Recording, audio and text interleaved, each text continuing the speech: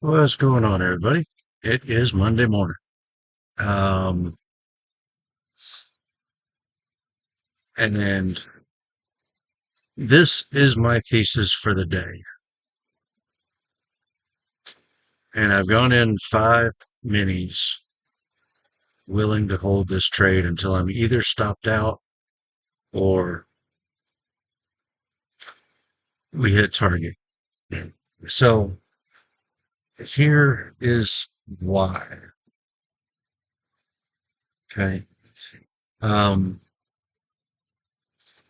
on the 4 hour, I was using this as my initial dealing range. Okay. Which was wrong. This wasn't the first dealing range created. This over here was. We swept the highs and then the swing high, then we took the swing low. Okay. Um, so this was the initial dealing range from where the sell program kicked in. Now, this is stretching the limits of the deviation tool. Okay. Unless I just put whole numbers in to go absolutely ridiculous. Wrong way. So from the bottom of that dealing range to the top, if I measure that out, the top of the daily fair value gap is at right at 11 deviations. I mean, nails it perfectly. Okay. We didn't quite get down there. We also just created, well, one, we were consolidating at this order block opening price, right? And it was holding until the overnight tonight. We got below it, retested it, and closed down, creating this 4 hour fair value gap. Okay. Um, Now this 4 hour fair value gap will not be completed until 10 o'clock in the morning. Okay. So if we shoot up and close that gap, then I'm screwed, right? But we had 4 hour displacement away from this order block opening price once we got below it. So I am still bearish until we hit this daily fair value gap. Uh, the order block, the 4 hour order block mid range is right here with this um, balanced price range. Okay. So, we can still go below the mid range of that order block and still be inside it. Okay. Um, in fact, I mean, that's huge, huge order block. Okay. We can definitely, oh, I'm sorry. The order block's mid range is down here in this fair value gap. Okay. And that's the daily fair value gap's midline. And this is that order block's midline. So the inverted fair value gap and the balanced price range midlines touch each other. Okay. That's where we stopped on Friday. But the daily fair value gap midline and the order block midline are down here. All I want to do is touch the top of that order block. Okay. So this is my thesis for the day, and just look at it on the 15-minute. Um, we had the new week opening gap. We tapped into it and then fell off. Okay. And in doing so, we swept swing high and then we took a swing low. So this would be our initial dealing range right here. Okay. So if we measure that initial dealing range from here to here,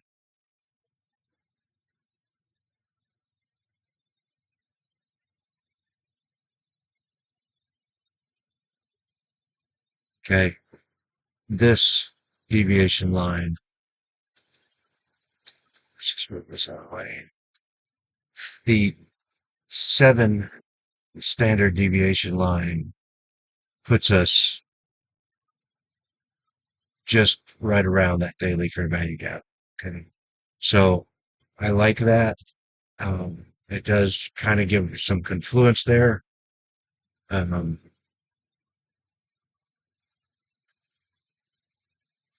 and go ahead.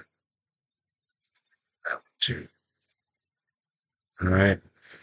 Along with that, we had the range. Okay.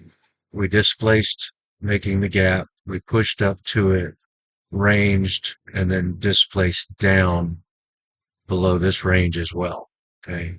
This I am looking at as a 15-minute breakaway gap because we just barely tapped into it here. And we've also made this 4-hour fair value gap and this 15-minute order block. So what I am looking at is this area, and for this 4-hour fair value gap to hold, maybe we come and tap the midline, which still keeps our breakaway gap open, and then roll over to go to target. Maybe we come down and sweep these double bottoms into this 15-minute fair value gap, then go up, hit it, and come down. But regardless, I'm looking for this to hold and for this new 15-minute dealing range to go down to target. Okay. To take this liquidity, all these double bottoms, and hit the top of that fair value gap. Okay. So this is a big trade. It is 5 minis. It's not a trade I could take. I couldn't size like that in a 50K, but even if I was in 5 micros, I'm looking at a $2,500 trade. Okay. And that's damn near passing a 50K combine. And I would be risking $1,000, half of my drawdown. So that is the way I'm looking at it. This size of a trade I could only take in my 60K funded account, and I would still be risking quite a bit. Okay. I mean, I'd still have 50K, 49K left over if this trade loses. But that's still a big hit, to that account. But I have confidence in this. It might be false confidence. I don't know. Um, which is why we're doing it in a paper account. I'm still, I still need to see that my bias and my theories work out, um, a little bit more consistently before I start trading my funded account again. Now, one of the big things here is that where the market got me into this size of a trade with that big of a stop loss is that I entered one mini, uh, down here looking to see once we got down around here, I entered one mini to see if we were going to go ahead and break and hit this. I expected a pullback and we got it and we got close to the midline of this order block and we got a quick push down. And that's what got me to add and get into 5 minis. Well, that wasn't the reaction off of the midline that I needed to wait for. I needed to wait for these candles up here. I could have entered full size up here and had almost half of the risk on the trade. Okay. So The market did get me a little bit there, um, but I still have confidence, especially the midline of that order block's held. We can come down and take liquidity into this 15-minute gap. We could push back up to midline of this 4-hour fair value gap and then roll over and go to target. Um, or we could just break, through this fair value gap and invert it to the downside and then head to target and then go back up and invert this gap back towards the upside. But right now, the 4-hour is still bearish. Um, from the original move. We've just been, you know, in this area for a while. Um, so we had this consolidation, we had manipulation, a fake out breakout that went up and took highs into this fair value gap, which uh, I am pretty sure is our 50% gap, our measuring gap here. And if that's the case, then we have not touched it yet. Um, and it remained open. Well, we barely tapped it right here on this high, taking all of this liquidity. It tapped into that. And then now we've displaced down from that, pushed back up into that gap and rolled over again with 15-minute displacement to the downside. So I'm still looking at this. And I still think we're going to get down there. So this is my trade for the day. I'm going to hold this all day long till I'm either stopped out or we hit target, and see. Let's see if I'm right. If not, well, shucks. Um, it is what it is. And I've lost some money on the euro, and I've lost some money on this already this morning until I finally just decided, you know what? I'm getting in here full size. I'm going to risk that 4-hour fair value gap, and I'm going to look for my target to be hit. And I'm not going to change anything else. So if this trade loses today, I will have given away most of the profits I made last week.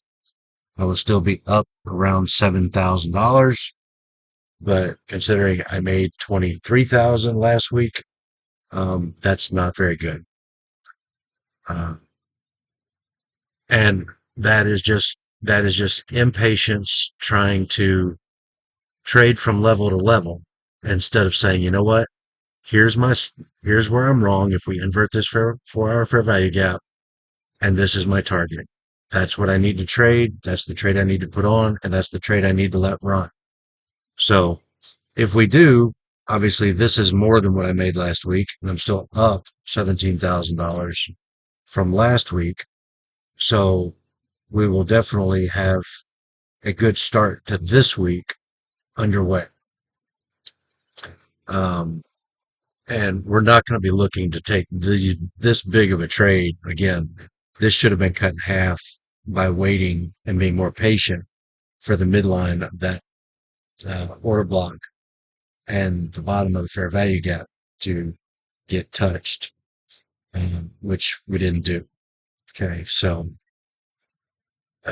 that's what we're going to have to deal with.